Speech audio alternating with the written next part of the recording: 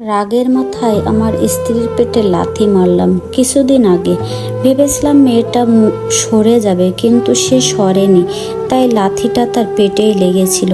মেয়েটা আমার দিকে অবাক হয়ে তাকিয়ে রইল। চোখ দুটো থেকে পানি পড়ছে, কিন্তু আমার ভয়ে কিছু বলার সাহস পেল না। আমি ভয় পেয়ে গেলাম, আমার বাচ্চার যদি কোনো ক্ষতি হয়। আমার স্ত্রী চুপ করে দেয়ালে ধরে ধরে হেঁটে রুমে যেতে যেতে কান্না ভেজা কণ্ঠে বলল, তুমি আমার পেটে লাথি দিলে, এর জন্য একদিন তোমাকে পস্তাতে হবে। আমি শুধু ভাবতাম, মেয়েটা এমন কেন? অন্য মেয়েদের মতো কান্নাকাটি, রাগারাগি, চেঁচাচেঁচি করে না কেন? একদিন খাবার খাওয়ার সময় তাকে থাপ্পড় মেরেছিলাম।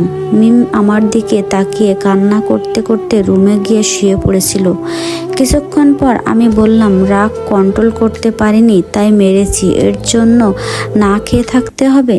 মেয়েটা ভয়ে ভয়ে বলল, আবার বাড়ির সব কিছু ছেড়ে তোমার কাছে এসেছি, আর সেই তুমি কিনা কথায় কথায় আমার গায়ে হাত তোলো।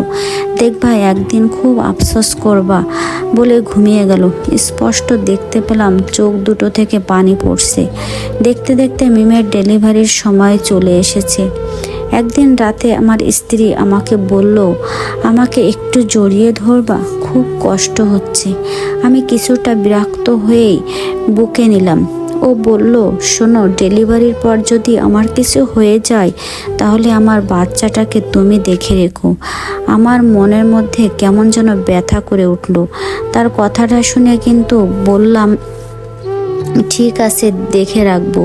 আমার স্ত্রীর ডেলিভারি হলো। ডাক্তার বলল, আপনার ফুটফুটে মেয়ে হয়েছে, কিন্তু খুবই অসুস্থ মনে হচ্ছে। বড় ধরনের আঘাত পেয়েছে পেটে থাকা অবস্থায়। আমি গিয়ে মেয়েকে কোলে নিলাম। একদম আমার স্ত্রীর মতো দেখতে হয়েছে। হঠাৎ করেই মনে হলো আমার স্ত্রীর কথা। আমি ছুটে গেলাম তার কাছে। দেখলাম আমার স্ত্রী খুব অসুস্থ।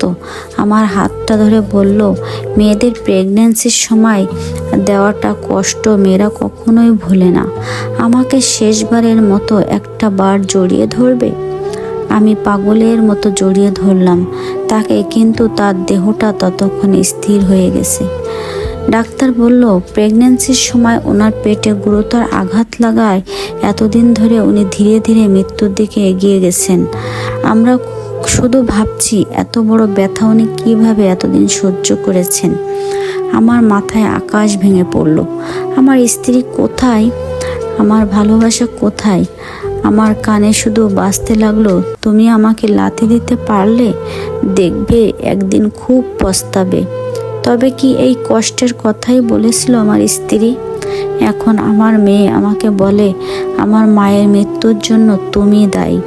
তাই তো বড় বড় কবি গুরুজনেরা বলেছেন, রেগে গেলেন তো হেরে গেলেন। এমন বাস্তবধর্মী ছোট ছোট গল্প পেতে আমার চ্যানেলটি অবশ্যই সাবস্ক্রাইব করে রাখবেন।